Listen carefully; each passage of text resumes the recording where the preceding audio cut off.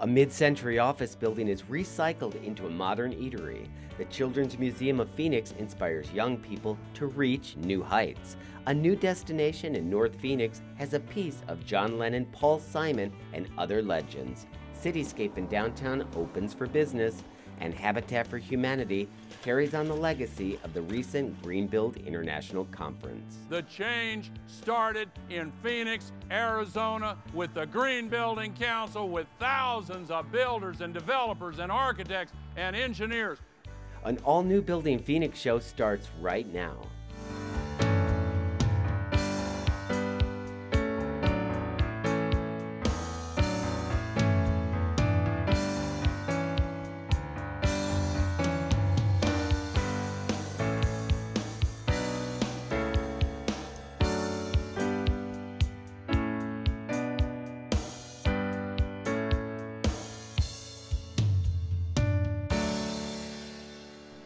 Hello, I'm Michael Hammett. Welcome to the Building Phoenix show on location at the new Musical Instrument Museum in North Phoenix. This $250 million attraction is unlike anything the world has seen or heard before.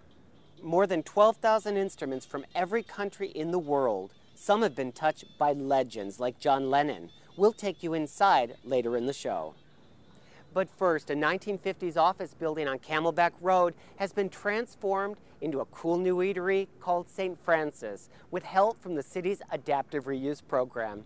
Hope you're hungry. This mid-century modern office building in central Phoenix might have ended up in the landfill.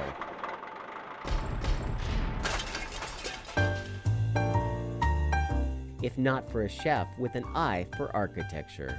I knew that it was distinctive somewhat to Arizona to have that modern, mid-century modern, and so when I came here and I saw this, I knew that we could do something really cool, and it was fun, it related to Arizona. And Chef Aaron's creation is cool indeed.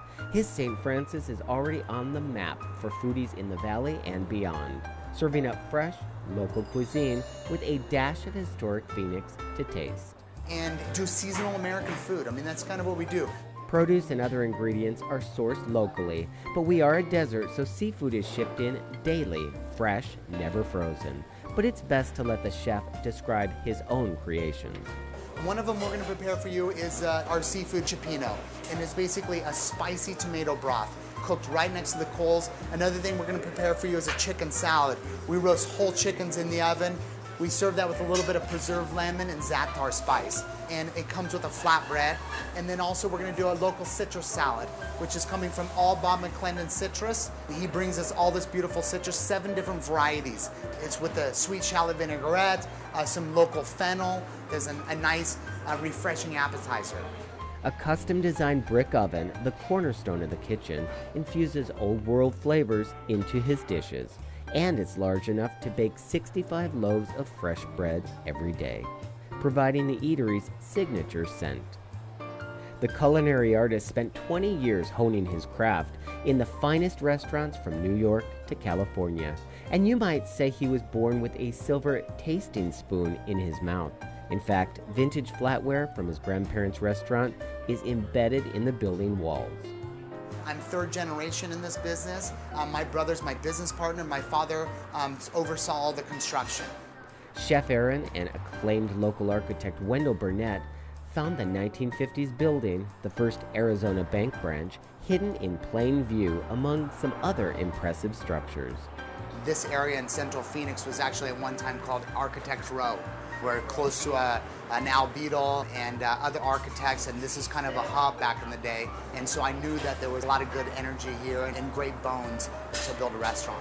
And then there's also a Ralph Haver right next door, which is Red Modern Furniture.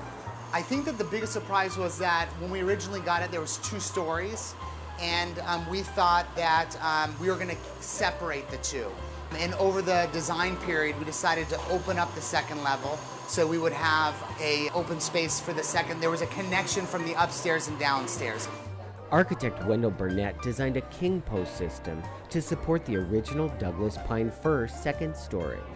A garage door was added to marry outdoor spaces with the interior, and original red brick was uncovered beneath a half-century's worth of remodel work. Red brick was a nice surprise. We lightly sandblasted the red brick with walnut chips. The same thing with our ceilings. We cleaned it up so it was just pristine enough. It really feels like an urban restaurant in an urban space. Cork floors, modern lighting, board-formed concrete walls, and custom-designed air duct systems blend seamlessly with the original elements. This project is part of a renaissance happening in Phoenix, thanks to the city's award-winning adaptive reuse program, administered through Development Services Office of Customer Advocacy, that makes it easier to turn older buildings into new businesses. I couldn't imagine doing it without the Office of Customer Advocacy. I hear people talk about the city and sometimes it's tough. For us, the only challenge was this was our first time doing this. Phoenix, I think right now, is realizing that we need this. And so everybody jumped on board to help us get to this point because they want reuse. And Aaron and his team were thinking green every step of the way. The great architects, they always are building green, and the same thing with chefs. Good chefs always use local product. And most of what you see in St. Francis is actually secondhand. Silverware, plateware, flatware, our cookware, our chairs, all the furniture, all came from the Rubicon restaurant in San Francisco.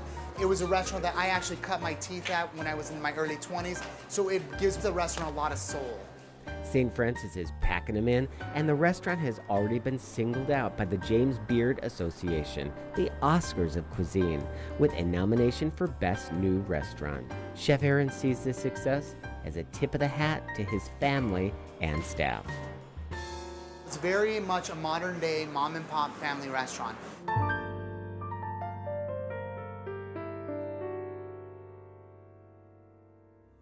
The Development Services Department's Adaptive Reuse Program, created to make it easier to turn older buildings into new businesses, was honored with a first place Valley Forward Environmental Excellence Award.